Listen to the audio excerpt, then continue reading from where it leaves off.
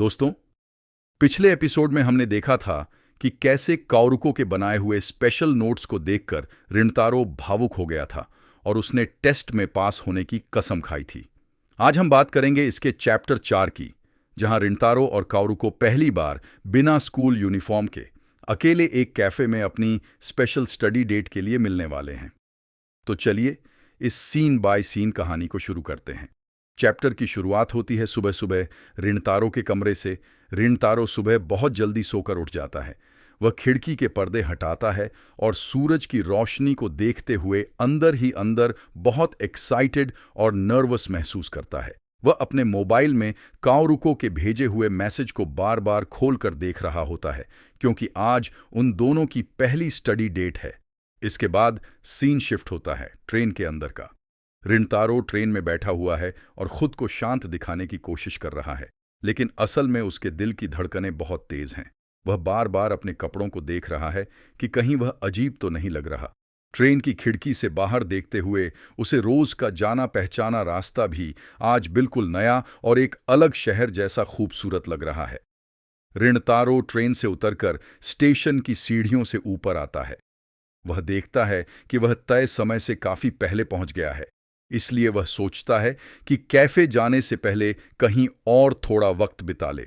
लेकिन जैसे ही वह स्टेशन के बाहर कदम रखता है, उसे एक जानी पहचानी आवाज सुनाई देती है। वह सामने देखता है तो काओरुको वहां पहले से खड़ी होती है और उसे हाथ हिलाकर बुला रही होती है। रिंतारो दौड़कर उसके पास जाता है और पहले आने के लिए सॉरी कहता है।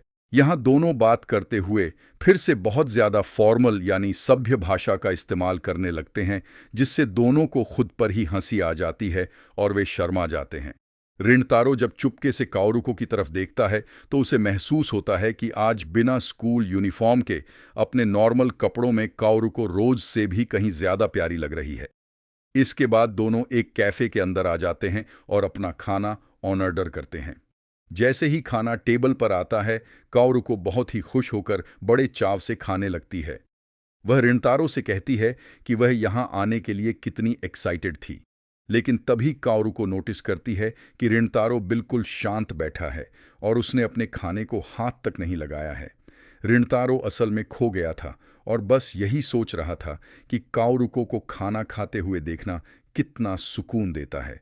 काओरुको के टोकने पर वह होश में आता है और मुस्कुराते हुए खाना शुरू करता है। खाना खत्म होने के बाद दोनों अपनी बुक्स निकालते हैं और मैथ्स की पढ़ाई शुरू करते हैं। रिंतारो अपनी बुक का एक मुश्किल सवाल काओरुको को दिखाता है। उस सवाल को समझाने के लिए काओरुको बिना सोचे समझे रिंतारो के थोड़ा और करीब आ जाती है। रिंतारो जैसे ही ऊपर देखता है, काओरुको का चेहरा उसके चेहरे के बिल्कुल पास होता है। इतने करीब होने की वजह से दोनों अचानक से घबरा जाते हैं और झटके से पीछे हटते हैं।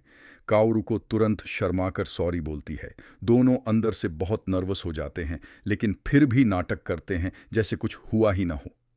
जब काओरुको दोबारा समझाना शुरू करती है तो रिंतारो को उसके दिल की धड़कन इतनी जोर से सुनाई दे रही होती है कि उसे काओरुको की आवाज तक साफ नहीं आ रही होती। थोड़ी देर बाद माहौल थोड़ा नॉर्मल होता है। काओरुको रिंतारो से पूछती है कि वह इस टेस्ट को पास करने के लिए इतनी मेहनत क्यों कर रहा है। रिंतारो थोड़ा हिचकिचाता है, लेकिन फिर सच बता देता है। वह कहता है कि चिदोरी हाई स्कूल में स्पोर्ट्स डे आने वाला है और अगर वह इस टेस्ट में फेल हो गया तो उसे एक्स्ट्रा क्लासेस के लिए रुकना पड़ेगा और वह स्पोर्ट्स डे में हिस्सा नहीं ले पाएगा।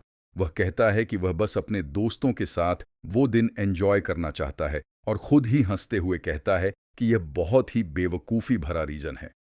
लेकिन काओरुको उसकी बात सुनकर मना कर देती है।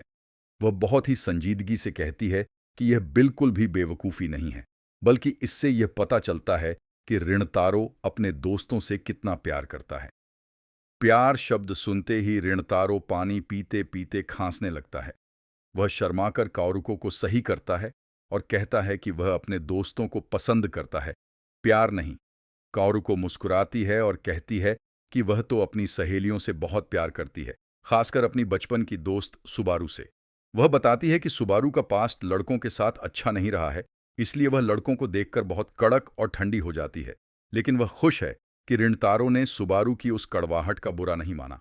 और इसी बेहद हंसते मुस्कुराते और एक दूसरे के करीब आने वाले खूबसूरत मोड़ पर यह चौथा एपिसोड खत्म होता है। इस पार्ट ने हमें दिखाया कि कैसे ये दोनों धीरे धीरे एक दूसरे की दुनिया को और करीब से समझ रहे हैं। तो दोस्तों, कैसा लगा आपको इस चौथे एपिसोड का बिल्कुल सही रिकैप? क्या आपको रिंतारो और काओरुको की यह प्यारी सी स्टडी डेट पसंद आई? अगर आप आगे की कहानी भी इसी तरह देखना चाहते हैं तो कमेंट में एपिसोड 5 जरूर लिखना। वीडियो को लाइक, शेयर और चैनल को सब्सक्राइब करना ना भूलें। मिलते हैं अगले वीडियो में, तब तक के लिए अलविदा।